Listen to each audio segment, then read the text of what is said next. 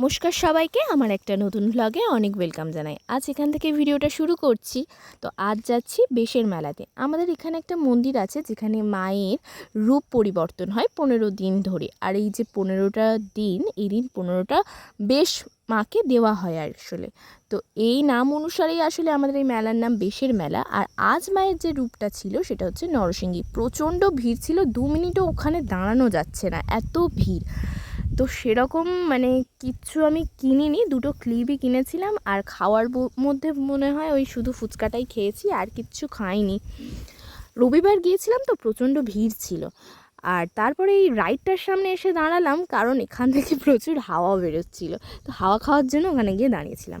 তো তারপরে এই মাটির দোকানটা দাঁড়ালাম। এখানে না বেশ সুন্দর সুন্দর অনেক জিনিস ছিল, কিন্তু প্রচুর দাম বলছিল, তাই আর কেনা হয়নি আমার। বাড়ি চলে গেলাম। আর এই ছিল আজকের শর্টস। ভালো লাগলে সাবস্ক্রাইব লাইক করো।